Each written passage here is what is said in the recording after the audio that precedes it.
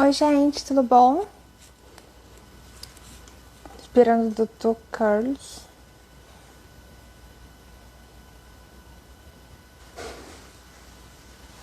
Oi, gente, boa noite.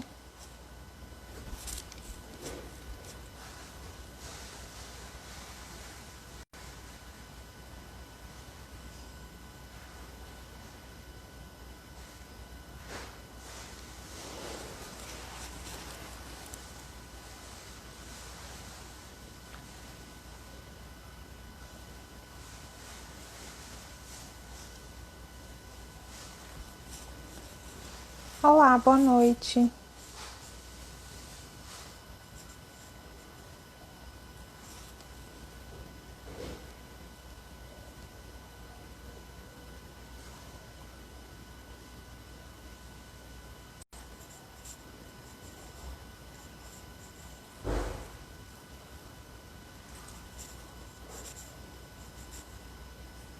Olá, boa noite.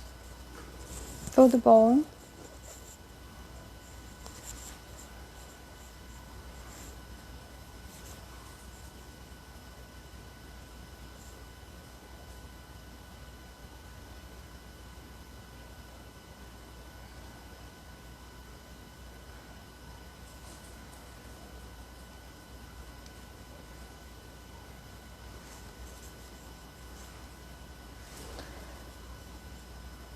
Gente, a gente vai, essa semana que vem, começa a ter, essa semana, na verdade, começa a ter live, né? Semana que vem, desculpa, sexta-feira, às 2 da tarde, é a live com a Lisa. A Lisa, ela tem... Ela é presidente da Abramasto, que é a Associação Brasileira de Mastocitose. Ela tem algumas coisas para falar com vocês sobre a síndrome de ativação mastocitária e a gravidade da doença, enfim. E, faz parte de alguma das programações que a gente organizou para esse mês de maio. O mês de maio é o mês de comemoração da síndrome, na verdade, comemoração, sorry, é um mês de conscientização da síndrome de Ehlers-Danlos. E ele, então, quando a gente começa só um pouquinho, gente, que o Dr. Grupin tá aqui, eu vou entrar ele. Então, no mês de maio, a gente começa a divulgar a síndrome de Ehlers-Danlos. 15 de maio, a gente comemorou o Dia Internacional de Conscientização da Síndrome de Ehlers-Danlos. Então, a gente vai começar já a live. Já vai entrar e a gente segue com, com a nossa programação.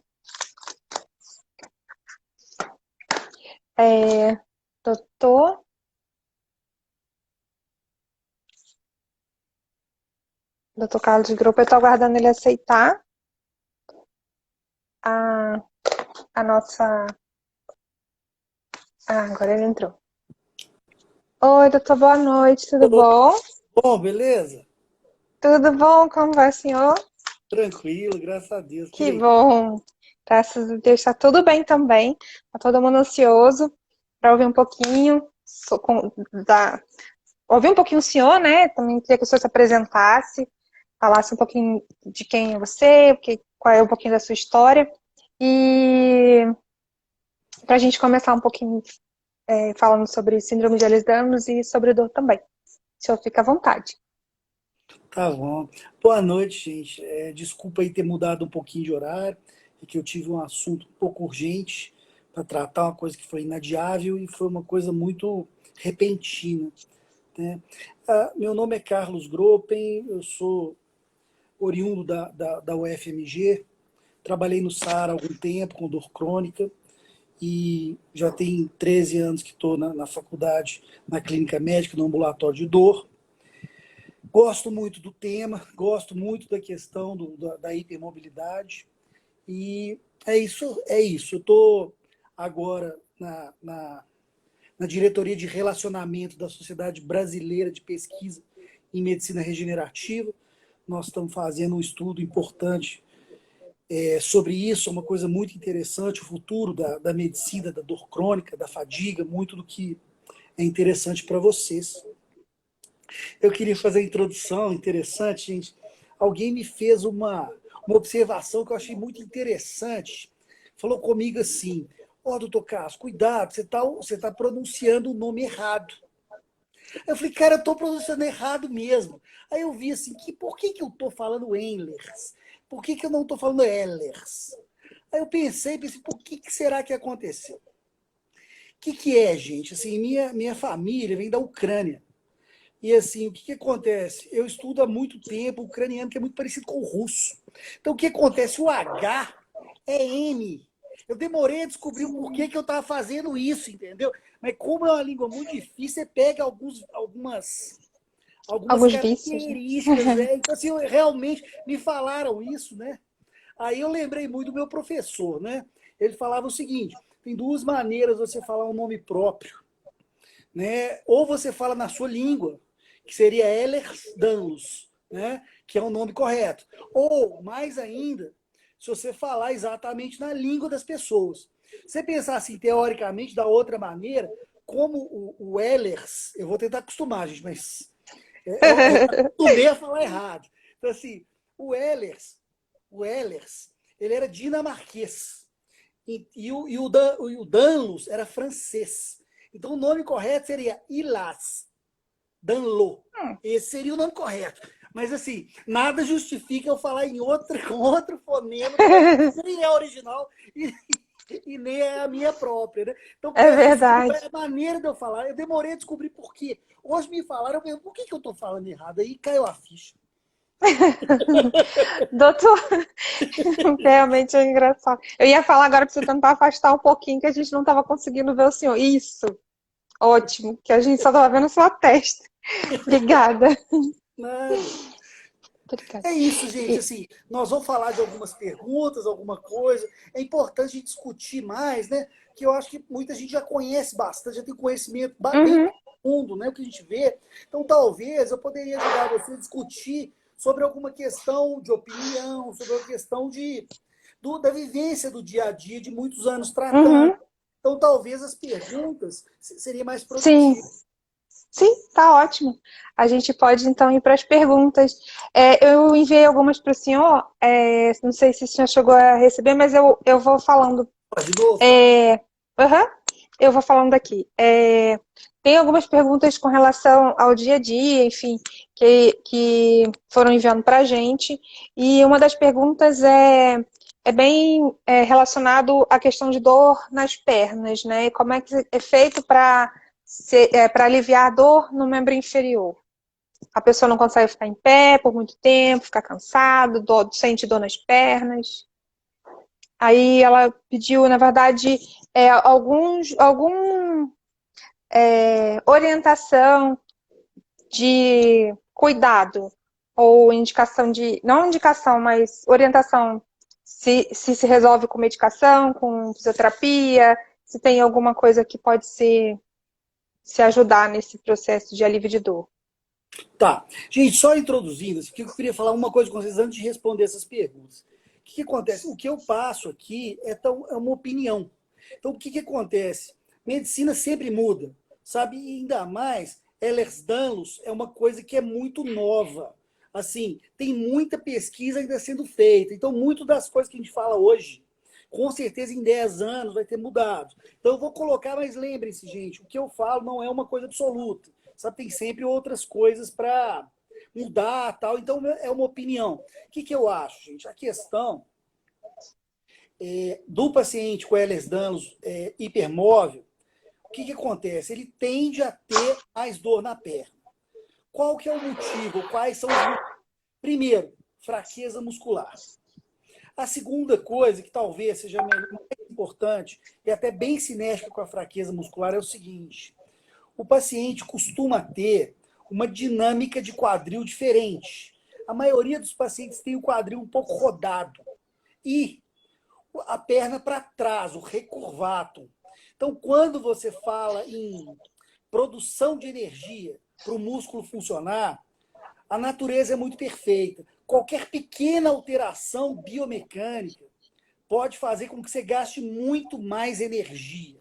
Então, o que acontece? Quando você vê um paciente com hipermobilidade que tem recurvato e tem rotação de quadril, que é a maioria, o gasto energético é muito maior. Vou te dar um exemplo. Uma pessoa, por exemplo, que anda diferente, só de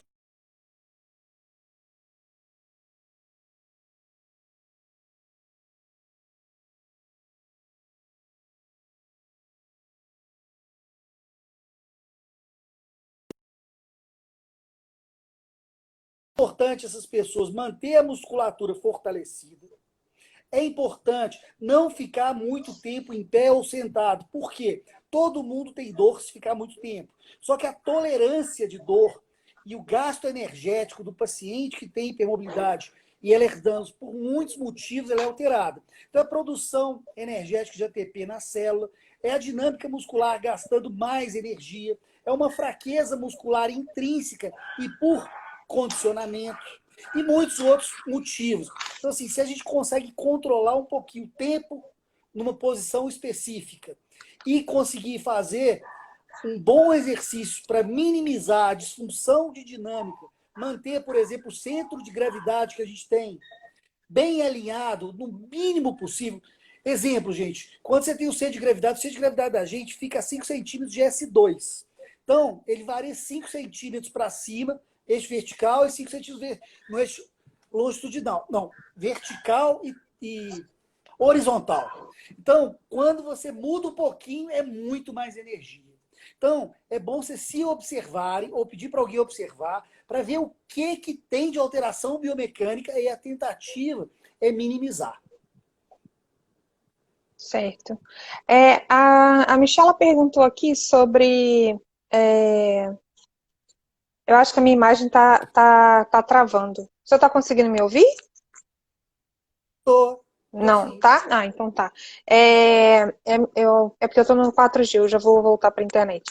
É, a Michela perguntou se é possível ter dois genes diferentes no mesmo paciente. Eu acho que tem muito a ver com a questão de pai e mãe, e, né, os dois terem os genes, né, condizentes com uma ou outra síndrome, né? Eu acho que é mais ou menos por essa linha, né, doutor? Você quer falar sobre isso? Só que É, tem uma. Estão pedindo para o senhor afastar um pouquinho, doutor, porque a gente voltou a ver mais o seu rosto de mais a testa. Pode ir assim, falando, eu vou possível arrumar com minha internet. certeza. É possível com certeza né?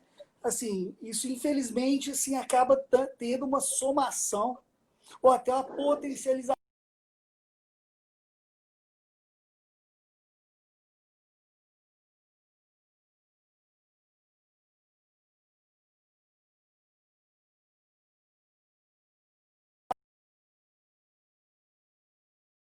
Quadros muito raros, ela com certeza existe, mas quanto menor essa probabilidade, das duas é uma multiplicação de probabilidades. Existir, existe, mas claro, não é comum.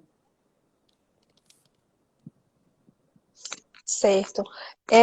Com relação à questão de membro superior, doutor, como é que é a questão da biomecânica? Ombro, escápula, essa questão de dor mais em membro superior. Olha, é o seguinte, como membro inferior, você tem a questão da postura adequada. A diferença é que a gente não tem descarga de peso igual tem no membro inferior. Então, o que acontece?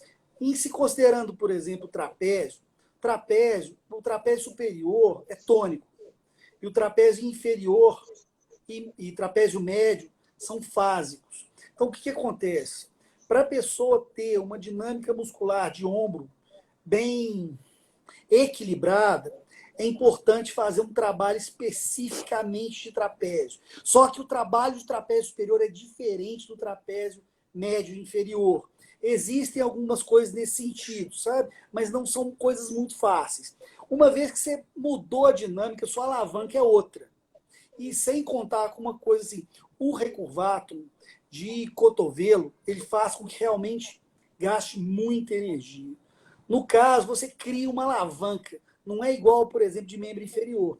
No membro superior, você cria uma alavanca e, assim, teoricamente, acho que eu já falei isso em algumas apresentações, quando você calcula resultante de força, você sair de uma região de recurvato para região neutra, você tem que fazer uma força que ela é proporcional ao seno do ângulo. Então, assim, ela não é linear. Então, assim, quanto mais o recurvato, se o recurvato for 40%, assim, é uma força muito, muito maior que 30, muito, muito maior que 20. Entendeu? É outro tipo de potencialização. Então, o que acontece? Como você precisa muito desses músculos, por exemplo, pronação e supinação, você precisa muito de bíceps, você precisa do bíceps para equilibrar o trabalho do tríceps. E assim, verdade, membro superior é posicionamento de mão. Assim, dependendo da tarefa que a pessoa faz, por exemplo, em escritório, a fadiga é muito rápida. Muito rápido. E muitas pessoas às vezes questionam, não é possível. Ela não fez nada ainda e já está com essa fadiga toda. E isso é real. E é difícil, às vezes, a gente explicar, até para profissionais de saúde, assim, que não estão muito familiarizados com a síndrome. Assim, é difícil explicar. Então, assim, é muito sofrimento. O que a gente costuma fazer, gente? Em casos extremos, a gente pode usar até algumas ordens para posicionamento, sabe? Durante o trabalho. Isso ajuda bastante. Mas isso tem que ser dentro de um contexto de um treinamento global de força. Tá? Às vezes a escápula, assim, a gente não consegue posicionar ela bem, porque assim, os escalenos ficam alterados, você começa a ter uma distribuição de força cruzada, entendeu? Aquela linha que vai desde ali do esplênio, passando pelo romboide, pegando escaleno do outro lado, a gente vê muito isso em termografia, ela fica muito alterada. Então, assim, é importante fazer um trabalho bom de romboide com escaleno e pegar toda essa linha, né? Essa linha funcional, que chama-se linha cruzada. Uhum.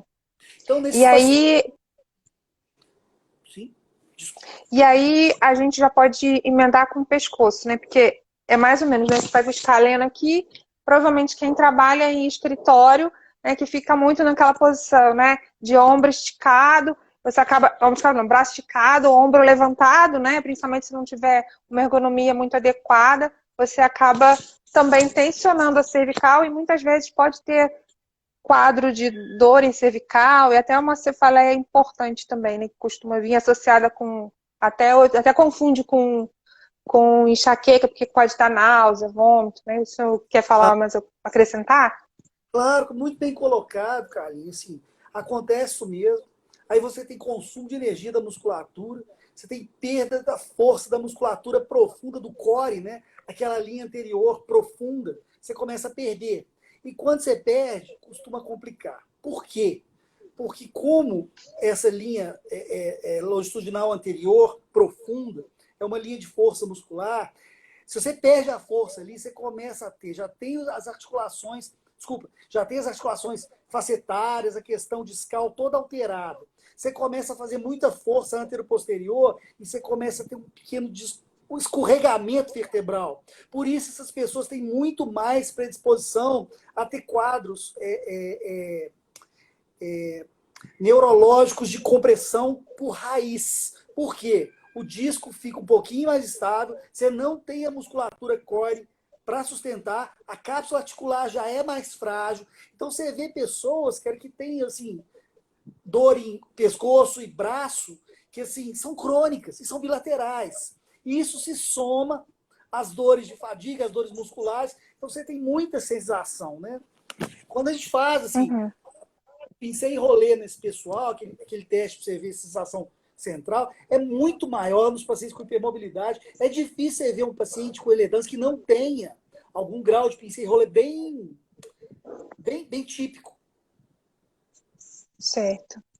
É, pincerrolling seria o quê, doutor? Só É uma me manobra esclarece, porque... puxa a Ah, pele e faz assim, é pinçar e rolar, pinçar e rolar.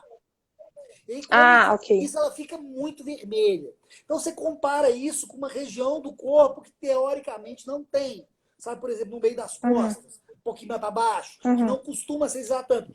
Isso é uma inferência, mesmo os mesmos neurotransmissores dos nervos sensitivos que estão levando a informação de dor, eles estão exudando um monte de substância inflamatória. É chamada Uhum. inflamação neurogênica. Hum, É que eles certo. chamam de pincel rolê. É o nome Ah. consagrado pelo uso. Deixa eu aproveitar essa deixa do dor neurogênica, enfim, vou puxar um pouquinho assim, meio lateral para a questão da fibromialgia, enfim. Eu sei que não tem muito a ver com a dor neurogênica, mas eu dei uma escorregadinha. Tem algumas perguntas muito relacionadas à questão de dor fibromiálgica e tem uma afirmação barra interrogação com relação aos pacientes que têm fibromialgia e hipermobilidade e, e também ainda nessa linha também tem falando sobre o uso do cannabis para tratar dor. E aí, se o senhor quiser falando para a gente um pouquinho. Tá, deixa eu ver por onde eu começo. A questão da fibromialgia, só para começar que eu acho que vai esclarecer. Sempre foi, a fibromialgia sempre foi uma doença de exclusão. O que significa? Ah, tá, fibromialgia tem que ser primária. Então, se a fibromialgia tiver uma causa, alguma dor que causa, isso não poderia ser chamado de fibromialgia. Vou te dar um exemplo. Hipotiroidismo, que diminui a produção de energia, a pessoa começa a ter uma dor generalizada. E aí, tem diagnóstico de fibromialgia, mas não poderia ser fibromialgia. Tem que tratar primeiro todo o problema para ver, e a fibromialgia seria de exclusão. Só que assim, a recomendação dos novos critérios de fibromialgia de 2016, ele tirou essa questão da necessidade de ser um diagnóstico primário, exclusivo. Eu não sei se eu estou falando muito técnico, mas isso aqui é importante para todos vocês. Então, o que acontece? Nesse caso, a pessoa pode ter Ehlers-Danlos, mas assim, o que acontece? Se ela cumprir critério para fibromialgia, ela tem fibromialgia e Ehlers-Danlos. Eu acho que, assim, isso tem algumas armadilhas nisso que tiram um pouquinho o foco do tratamento. Dependendo do profissional que a pessoa procurar, se for uma pessoa com muita experiência em fibromialgia e nenhuma com Ehlers-Danlos, ele vai tratar a parte da dor, mas não vai ter todo o arsenal terapêutico que poderia ter se tivesse o diagnóstico de Ehlers-Danlos feito. Entendeu? Mas assim, isso é um padrão mundial, sabe? Não tem como, talvez, a gente lutar contra isso. Eu fui contra, mas assim, não tem jeito, assim, realmente as nomenclaturas são o que as pessoas usam para se comunicar. Certo. Aí, deixa eu só perguntar uma coisa dentro desse assunto. A questão de você ter uma causa secundária de fibromialgia diferencia a questão do tratamento, né? Assim, principalmente para o paciente que tem hipermobilidade ou síndrome de Ehlers-Danlos, né? Porque o tratamento é muito individualizado, questão fisioterápica, até a questão de analgésico, enfim, né? Muda um pouco. Mas, de uma forma geral, assim, eu sei que eu tenho síndrome de Ehlers-Danlos e fibromialgia. Né? Isso são só nomenclaturas e nomes de doenças. Para mim, que já tenho um diagnóstico de síndrome de Ehlers-Danlos, você está só agregando um diagnóstico a mais, mas não estaria alterando o meu tratamento. O problema maior são nos pacientes que têm fibromialgia, têm hipermobilidade, mas não têm esse diagnóstico ainda feito. Questão. Isso é que limita, entendeu? E outros problemas também que cursam com dor crônica generalizada, que precisam de um diagnóstico mais específico, sabe? Eu penso muito nas pessoas que ainda não foram diagnosticadas. Isso dificulta muito a gente explicar. Porque você fala, ó, você tem hipermobilidade, você tem critério para doença espectro de hipermobilidade. Não, mas me falaram que eu tenho fibro. E todo mundo conhece fibro. Então, assim, a pessoa às vezes não acreditar no diagnóstico que a gente fez é ruim, porque vai ser ruim para ela, que ela vai ficar com um tratamento limitado. Então, assim, para as pessoas que já sabem, é uma coisa. Para as pessoas que ainda não têm nenhum diagnóstico, é ruim, sabe? Você vê, o único estudo que a gente tem mesmo, aquele estudo do King's College, que pegou os pacientes com fibromialgia diagnosticados e viu a incidência de hipermobilidade desses pacientes. Nem tinha classificação para a gente saber se era doença espectro ou se era Ehlers-Danlos mesmo. Mas Uhum, é o único parâmetro que a gente tem de estudo bem conduzido, sabe? Que foi entendi. muito grande. Então, se eu não me engano, acho que 28 a 30%, ou 29 a 30%, é uma coisa assim. mas eu lembro que era Uhum, próximo a 1/3. entendi. É o que eu vi em outros estudos, na verdade, que usaram é, referência, né? Essa informação desse artigo como referência nele. E aí dizia isso, né? Que até 30% dos pacientes que têm diagnóstico de fibromialgia, na verdade, tem síndrome de Ehlers-Danlos. Aí eu não sei, não me recordo se era hipermobilidade ou se era síndrome de Ehlers-Danlos, mas era mais ou É menos isso que você está dizendo mesmo. antigo, sabe assim, eles só falavam em hipermobilidade mesmo na época, sabe? Assim, Uhum, eles ainda não estava muito difundidos, sabe? Porque eles usaram sim, só os critérios de Bayton, só. entendi, entendi. Agora, tenta Certo. deixar as outras perguntas para eu não esquecer. Era para falar da fibromialgia, era para falar dessa questão do Cannabis. A cannabis. questão do uso do cannabis para tratamento de dor, dor, paciente que tem, não é aquela dor leve, né, dor crônica que a gente consegue resolver com um mediador, né? Na verdade, um paciente que tem uma dor, às vezes insustentável, que você tenta vários tipos de tratamento medicamentoso e que até fica difícil para você amenizar a dor com um tratamento analgésico. E aí, alguns serviços, e tem alguns artigos que começam a falar sobre isso, e as pessoas andam buscando essa terapia, até de forma não prescrita, né? Que agora tem um acesso um pouco mais fácil. Então, é um pouquinho sobre isso. O que acontece, gente? O sistema endocannabinoide é um sistema periférico relacionado ao mecanismo de transdução e condução de dor. Então, o que acontece? Existe um crosstalk entre os receptores de dor, o sistema chamado purinérgico, que é um sistema que controla a recepção de dor, e o sistema canabinoide. Então, a gente sabe que realmente existe ação na dor. A ação é absoluta? Não. Então, tem um estudo antigo que fala disso, antes do pessoal começar a usar, que é o seguinte: todo mundo que já tinha usado, isso é estatístico, todo mundo que já tinha usado cannabis e de uma maneira dose dependente, quando tinham dores neuropáticas, as dores eram muito mais difíceis de tratar e precisavam de muito mais medicação para dor neuropática para ser tratada. Esse estudo tem mais ou menos 20, 30 anos.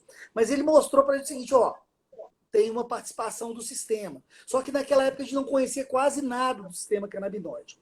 O que tem, gente? Tem muito estudo em relação à fibromialgia. Sabe? Tem muitos estudos em relação à dor neuropática. É absoluto? Não. Funciona em todo mundo? Não. Funciona em algumas pessoas? Sim, funciona. Tem gente que a gente usa, o resultado é muito bom. Tem estudo para fibromialgia, que eu acho que assim a gente pode extrapolar para o Ehlers-Danlos, e tem estudo de dor neuropática que também a gente pode extrapolar para o Ehlers-Danlos, que muitas das dores são neuropáticas também. Mas Uhum, assim, a gente não sabe ainda, a gente não tem critério ainda para saber esse paciente vai se beneficiar, esse paciente não vai se beneficiar. entendi. Vou te dar um exemplo. O que acontece? Um paciente, por exemplo, que tem aquela neuropatia pelo HIV, que é muito difícil de tratar. O Sim. que acontece? Tentaram usar canabinoide, tentaram usar o canabinoide junto com o THC, né, que originalmente não tem o THC. A única coisa que respondeu parcialmente foi maconha fumada. E os outros não responderam. Por quê? Não se sabe. Então, assim, existem Uhum, muitas lacunas de conhecimento. Então, depende do médico da pessoa. Por exemplo, eu acredito que alguns pacientes merecem uma tentativa, uhum. sabe? Mas, assim, não é uma coisa tão barata, tem que ajustar a dose, que Não, demora. é muito caro. Tem laboratório que assim, no Brasil acabou de ser lançado um primeiro laboratório, né? Que lançou R$ 2.000, 30 ml. É É, muito dinheiro. vende na E farmácia ainda. amarela, mas assim, é inviável, né? E você tem que Uhum, começar com a dose baixa, aumentar muito aos poucos, então você demora até ajustar a dose. Então, assim, uhum, teoricamente, essa coisa demora muito, a gente tem que tentar as outras coisas primariamente, né? E outra uhum. coisa, você fazer uma analgesia muito grande na pessoa, sem corrigir os problemas biomecânicos dela, Sim, pode exato. piorar a coisa no futuro, sabe? É um quebra-cabeça, a gente não é tão fácil, né? É um desafio, mas eu acho que tem um lugar sim no tratamento da dor, mas assim, esse lugar vai ser mais apropriadamente, a gente vai conhecer melhor esse lugar com o passar do tempo. Agora, em Sim. pacientes que não respondem a muita coisa, eu acho que vale a pena fazer uma tentativa se a pessoa tiver condição, né? Porque eu fico muito Uhum. preocupada que tem gente que vende carro para poder comprar, É. acha que ela paga vai melhorar. Não é isso, entendeu? Então as pessoas se Uhum. frustram, a pessoa já tem uma vida com dor, já tem dificuldade de trabalhar, ela ficar passando dificuldade financeira, porque vai tentar. Por isso que eu tenho muito cuidado em falar nisso, para as pessoas não acharem que é uma coisa que é a solução. Pode ser uma ajuda para muitas pessoas, só que a gente não tem Uhum. critério ainda para saber em quem que a gente vai começar. Sim. E é uma coisa que eu costumo falar, né? Que as pessoas, por exemplo, tem algumas indicações na síndrome de Ehlers-Danlos, né, que é até um protocolo que é da Bélgica, enfim, que é a utilização de lidocaína nos nódulos miofaciais por questão de dor, né? Então, tem sido uma prática em alguns serviços e alguns pacientes até solicitam que isso seja feito, mas o meu medo, e aí eu acho que o senhor vai nessa linha que o senhor falou, é de que quando você tira a dor do paciente, você, na verdade, pode ajudar o paciente a se lesionar mais, né? Porque você tirou a defesa dele, né? Eu acho que foi em 98, assim, só para falar disso. Em 98, a gente tem um estudo grande que eles fazem o seguinte: é um estudo de dor miofascial. Se eu não me engano, teve a participação do Fischer, não tenho certeza. Mas aí o padrão naquela época era usar lidocaína 1% dentro dos pontos gatilho. Compararam lidocaína 1% com lidocaína 0,5%. Foi a mesma resposta. Depois compararam lidocaína 0,5% com lidocaína 0,25%. Mesma resposta. Depois 0,25% com salina. Mesma resposta. Falou, ó, não é o analgésico. Depois compararam 0,25% com agulhamento seco. E mostraram que não tinha diferença significativa. Então, assim, mesmo tendo esse protocolo belga, é comum no mundo a gente não usar a lidocaína. Por quê? As pessoas com heredade já têm a musculatura mais fraca. O anestésico é sabidamente miotóxico, ele mata as células musculares. Então, se você precisar de fazer muitas inativações, a pessoa pode melhorar, porque tem o efeito do analgésico, que deixa o procedimento mais tolerável, mas ele não é Uhum. melhor. E pode dar problema a longo prazo. Então, esse protocolo belga, ele não está muito condizente com assim o que a literatura indica em relação a usar ou não usar anestésico. Uma outra Uhum. coisa é usar o anestésico venoso, né? A gente tem Sim. o anestésico venoso, é uma coisa que a gente usa para dores, às vezes, generalizadas muito graves. Sabe, uma fibromialgia Uhum. muito grave, uma dor neuropática muito grave. Funciona para algumas pessoas? Funciona. É temporário? É temporário. Agora, assim, eu já vi muitas pessoas com Ehlers-Danlos fazendo, ficando muito bem durante um mês. E depois Que bom. piorando muito o quadro e Imagina. transformando em completamente refratário. Porque assim, ele faz uma analgesia muito profunda mesmo. Mas assim, você perde seu mecanismo de defesa. Uhum.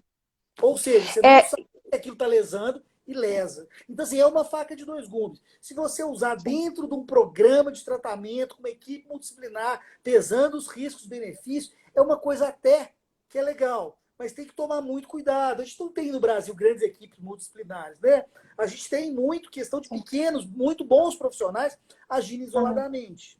Sim. Exatamente. A questão da lidocaína subcutânea funciona do mesmo jeito que a lidocaína intramuscular com lesão, doutor? Eu não tenho experiência com lidocaína subcutânea, não. Eu Entendi. não posso Tá, falar que eu não tenho experiência. tá. É, voltando agora para a questão biomecânica, é, dor, coluna, agora torácica, lombosacra, né, a questão do travamento da coluna, como lidar com isso e o que o senhor conta aí pra gente sobre isso? Geralmente, o travamento ele é consequência de uma iminência de uma lesão. Então, um mecanismo de defesa do corpo que ele faz a contratura rápida e trava para proteger ele a uma estrutura mais nobre, como no caso alguma raiz ou a própria medula, sabe? Geralmente esses travamentos agudos eles podem ser da questão que a gente chama de coluna anterior, né? Que parte anterior do disco, ou que a gente chama de coluna média, que é o disco para frente, e a coluna posterior, que são as facetas. A maioria das vezes que a gente vê esses travamentos, ele tem pelo menos um dos componentes, mas o componente facetário está sempre bem evidente nesses casos. Então, assim, a gente tem que tomar cuidado para não usar uma coisa muito forte, a gente tem que deixar a pessoa assim, fazer um relaxamento muscular, usar muito método físico, sabe? Mas a pessoa que tem um travamento desse, ela demora alguns dias para recuperar. A gente não consegue fazer um tratamento muito imediato, não, sabe? Eu acho que demora uns 3 dias até uma semana, pela minha experiência. E o senhor recomenda relaxante muscular para esse tipo de... Agudamente, eu acho que vale a pena. Sabe, eu não gosto do relaxante muscular cronicamente usado para síndrome de Ehlers-Danlos, mas assim, eu acho que se usar ele com objetivo, num tempo finito, para a gente ter um objetivo, eu acho que talvez valha a pena sim. Eu acho que ajuda. 48 horas não estaria causando, não causa nenhum mal, né? Não. Pode usar relaxamento, tem que Beleza. tomar cuidado assim, da sonolência, em pessoas com Ehlers-Danlos, a mais sonolência ainda, mas eu acho que usar por um período desse até uma semana, sabe, com todos os cuidados, eu acho que é pertinente, né? Eu acho que é muito interessante. Tá. E aí vamos descendo, doutor. Vamos para o quadril. A questão da articulação coxofemoral, a sacroiliaca. O que o senhor tem para contar para a gente sobre isso? Assim, dinâmica muscular de quadril é algo extremamente complexo, né? Assim, o que a gente costuma ver? Quais são as musculaturas que são musculaturas que têm um momento de força importante sobre a articulação do quadril? Eu acho que a gente tem que ver coluna inferior, quadril, região proximal da perna. Eu acho que ilho-psoas, componente ilíaco do ilho-psoas, componente psoas, quadrado lombar, que eu acho que também é muito importante, os abdutores de quadril, principalmente o abdutor primário, o glúteo médio, né, um pouquinho de glúteo mínimo, né, e dependendo, as musculaturas que a pessoa usa para andar.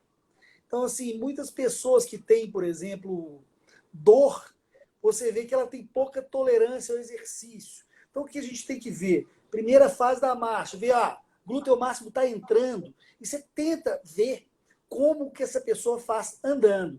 A maioria das vezes, como o quadril, ele estabiliza, geralmente, a coluna para você poder locomover, muito disso está ligado à locomoção via membro inferior. Então tem que ver direitinho se a pessoa tem alguma alteração de marcha, sabe?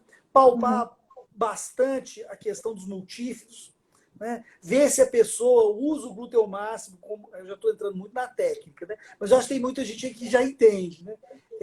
Ver se ele está entrando mesmo como um extensor primário de quadril, sabe? Eu acho que tem muitas coisas que a gente tem que ver na musculatura, sabe? O mais comum que a gente vê nas pessoas que têm dor nessa região é algum grau de assimetria e algum problema durante o ciclo de marcha. Você tentando corrigir isso, às vezes não é fortalecer um músculo a princípio, é inibir um músculo. Às vezes o músculo está entrando errado e está entrando muito fora do momento dele. Então essa Daí a avaliação biomecânica é muito importante para isso, né? Extremamente importante. Eu acho que então a gente tem que ter um profissional muito qualificado, né, doutor? Porque se a gente não tem um profissional que entenda da biomecânica para fazer uma intervenção, né, adequada, a gente pode, inclusive, estar agravando no caso, né? Você vê, aqui, o teste do Talon FES para adjuvante de diagnóstico de hipermobilidade, né, os testes adicionais, você vê, tem muita gente que o único padrão alterado é que você tem uma contratura de quadríceps, mais especificamente no reto femoral.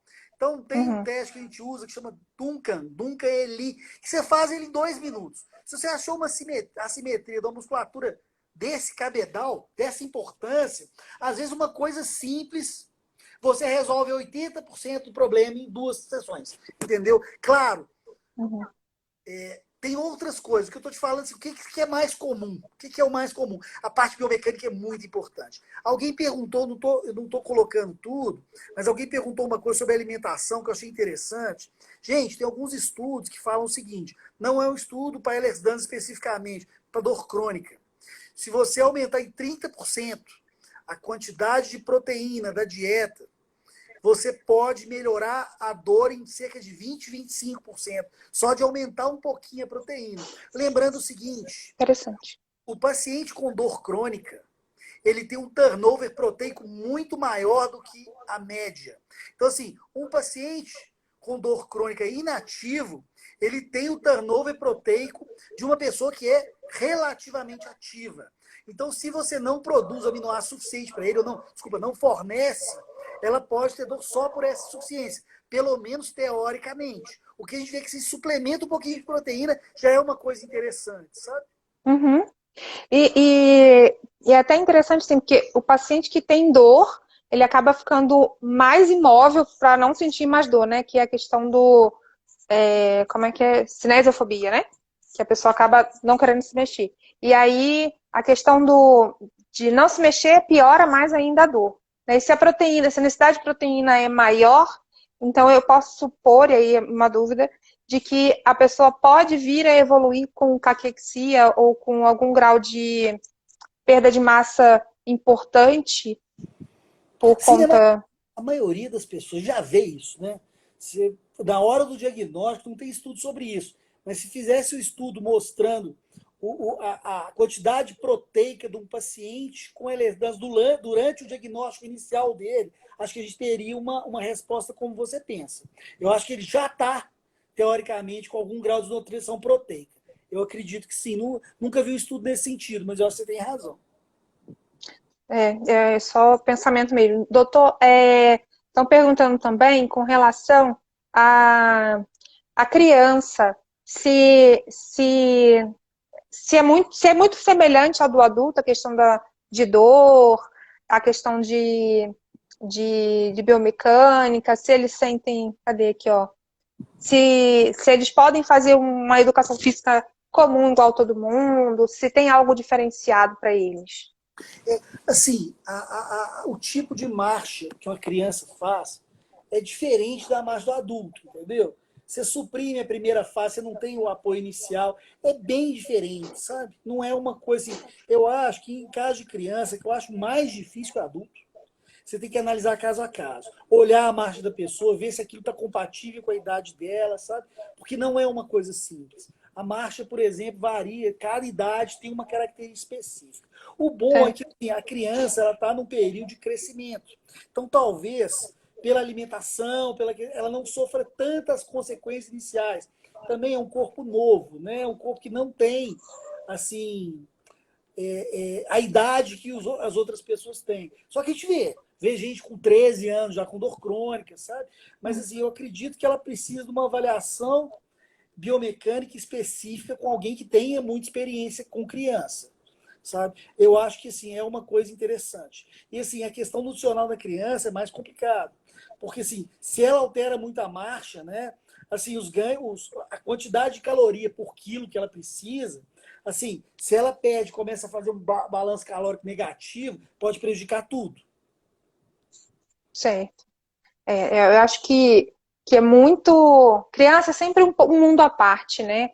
Tem que ter não só, né, o especialista em LSD, mas também um especialista que entenda a biomecânica da Desde criança para criança, que exatamente. possa Eu acho. orientar de forma, né? Tem Porque também que normalmente conhecer a gente fala, não é criança, corre aí. Eu acho o que. mecânico infantil é muito complexo, sabe? Você vê criança Uhum, costuma muito andar na ponta do pé quando ela sim. tem questão da hipermobilidade, né? Ela tende a Uhum, firmar um pouco mais usando esse artifício. Qual é o problema que isso vai criar no futuro, né? Assim, você tem tudo em crescimento, você tem remodelação óssea, sabe? Eu acho criança assim complexo. Eu acho realmente assim, marcha de criança e às vezes a gente se tiver dúvida, se você vê, coloca no laboratório de marcha, vamos ver, vamos ter coisas objetivas, né? Filme, coloca uhum. em câmera lenta, vê qual músculo que está entrando, né? Eu acho assim, pelas peculiaridades da marcha da criança, a gente tem que observar ainda com mais cuidado. Sim. É, articulação temporomandibular, doutor. É, como é que como é que o senhor costuma conduzir? Como é que o senhor costuma orientar, né? Tem muita gente que tem não só dor, como também tem muita luxação, né? A questão de sermos muito ansiosa, bruxismo, tudo, todo mundo trava os dentes. Então, o senhor quer falar um pouquinho pra gente? Não, eu posso falar, claro, sim. A questão é, primeira coisa, a gente vê é o seguinte, ver a massa muscular dessa pessoa como um todo. Tá? A gente tem que ver se esse bruxismo tem alguma outra causa odontogênica. Então, sempre passar pelo dentista é interessante. É muito comum você ter ponto gatilho primário, cervical, anterior e posterior e secundário em masseter. Então, uma das coisas que são interessantes a gente ver é fazer o mapeamento desses pontos gatilho. Muitos Uhum, pontos gatilhos são responsáveis por isso. Agora, o seguinte, o que acontece? Quanto mais a pessoa tem de restrição de sono REM, ela pode acabar tendo mais bruxismo. Então, assim, muitos dos medicamentos que a gente usa, por exemplo, duloxetina, tricíclico, eles melhoram a dor, mas eles pioram muito a questão da ATM. Então, a ATM ela tem uma característica de ter algumas medicações específicas para você alterar, melhorar a relação do sono REM e do sono não REM, para depois você começar a fazer a parte física bem feita. Uma das dificuldades que a gente entendi. tem é que assim, nem todas as pessoas, ou a minoria delas que trata a TM, eles não acreditam muito nessa questão do Ehlers-Danlos, não acreditam que é uma coisa relevante, que é diferente uma pessoa com disfunção temporomandibular que tem e que não tem Ehlers-Danlos. Eu estava conversando com o pessoal lá do Rio Grande do Sul, que foi o último presidente da SBED, ele tenta colocar isso, mas ele não consegue, ainda está muito arraigado aquela questão do tratamento tradicional para TM. Ó, você coloca alô local, isso. É um tratamento muito estanque, sabe? Eu acho que no paciente com Ehlers-Danlos é um capítulo à parte dentro das disfunções de ATM. Sim, doutor, pode ter dor refletida e confundir com nevralgia de trigêmeo? Ou não? É muito diferente. Pode, mas a clínica é muito específica, né? Assim, a neuralgia trigêmea é uma dor muito paroxística, né? Ela é de curta duração, muito intensa. Então a clínica é um pouquinho diferente. O que tem é o seguinte: a pessoa tem a clínica característica de neuralgia do trigêmeo, aquilo ali é refratário e agita em toda a articulação e nos pontos gatilho, você deixa essa dor mais sensível a ser tratada por outras coisas. Por exemplo, o paciente está lá com muito tempo de neuralgia, não melhora com nada. Você começa a tratar a DTM, começa a tratar o pescoço, e essa pessoa começa a melhorar e não ter mais as crises de neuralgia tão frequentes e até não ter. Sabe, eu já vi isso várias e várias vezes. Mas assim, nesse caso específico, a clínica é diferente. Você consegue ver um padrão diferente, porque assim, o tipo de dor é completamente diferente. Mas como eles vão para o mesmo lugar via trigêmeo, eles se somam em questão de fazer sensação central. Mas assim, dá para ver a diferença delas, claramente. Entendi. Eunice, eu estou tentando achar a sua pergunta, que eu estava lá no começo. Se você puder mandar de novo, eu agradeço, porque eu não consegui achar. Enquanto isso, tem uma pergunta aqui falando sobre o uso, inclusive, do Botox na TM. Isso sabe falar um pouquinho para gente Pô, sobre o uso do Botox? não tem muito estudo, não. Entendeu? O que a gente tem medo é o seguinte: no paciente com Ehlers-Danlos, se você faz o Botox, você pode piorar os sintomas. Por quê? Vai favorecer mais a luxação, a musculatura vai ficar mais frágil. É exatamente o contrário do que a gente esperaria em termos de tratamento. Tá Uhum, certo que o Botox tem efeito direto no nociceptor, mas isso é uma dor mecânica, talvez não seja suficiente se agir no nociceptor. Entendeu? Então, assim, na maioria absoluta dos casos, eu acho que talvez não seja a melhor alternativa. Exceto em casos muito específicos que o médico, a equipe vai lá e fala, não, eu quero tentar por causa disso. Na maioria absoluta, eu acho que é contraproducente, na minha opinião. Como eu te disse, entendi. né? Eu estou colocando opinião. Poucas coisas em medicina são verdadeiras Sim. mesmo, a longo prazo, e na questão do LSD, menos ainda. Sabe? É uma É coisa muita coisa nova ainda, né, muito, doutor? muito. E de muitas áreas diferentes, né? Assim, não é uma coisa que é da dor, sabe? É de muitas coisas diferentes. Pois é. Doutor, tem uma outra pergunta que fala sobre a questão do trabalho, como lidar com a questão de restrição no trabalho, o que que o senhor acha que uma pessoa que está no trabalho diário, como é que ela pode lidar com isso sem estar se piorando? Tem várias maneiras, uma delas é o uso de órtese, né? Eu sou muito fã do uso de órtese no trabalho, fortalecer, deixar a pessoa em intervalos progressivos, cada vez trabalhando mais. Eu sei que tem um impedimento na legislação em relação a isso, é uma pena, mas assim, uma coisa a gente fala, as pessoas que têm dor, têm fadiga e trabalham, elas costumam ter um prognóstico melhor.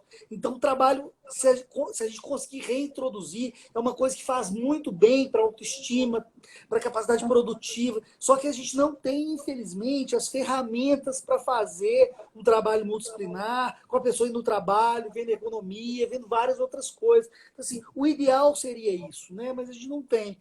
Acho que essa questão de como estar e como fazer passa também pela questão do advogado que saiba como instruir em relação a isso. Agora, assim, que a gente tem muitas medidas para isso, a gente tem. Vídeo Steve Hawking.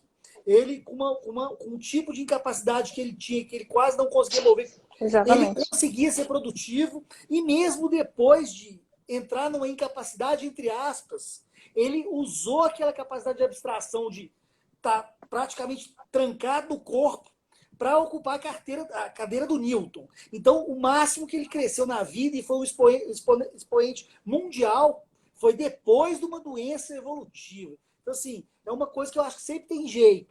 Agora, assim, Sim. não é fácil, não é simples, mas seria o ideal.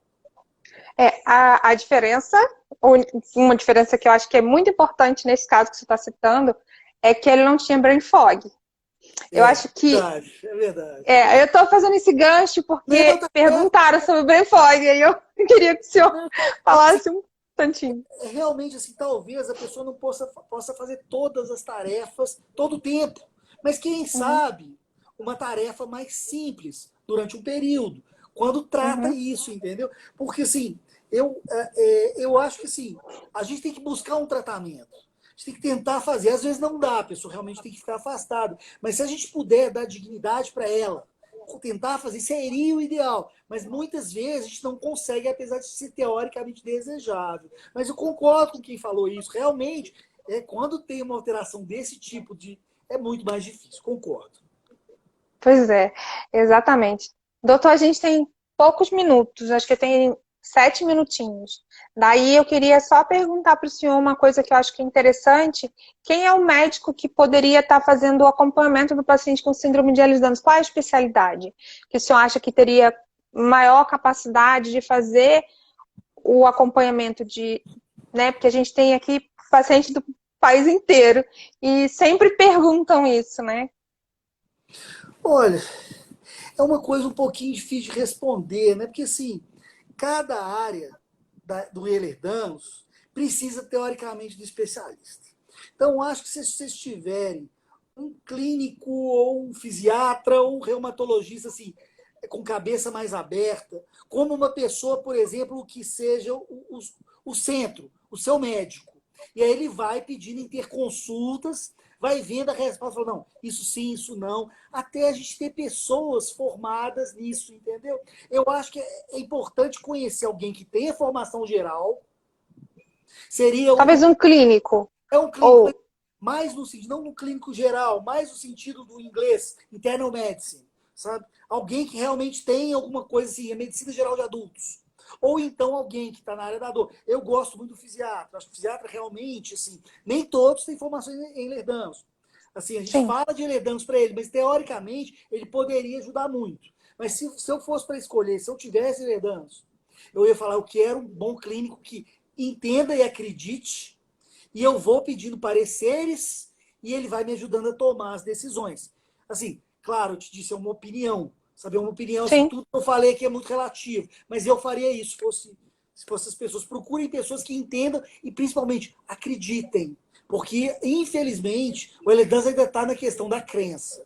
sabe? Realmente É isso. questão de fé. Eu tenho fé Não, não, assim, a que maioria eles das não existem. a pessoa olha para você e fala, não, conheço, mas não acredita. Chega, sai lá, outra psicossomática.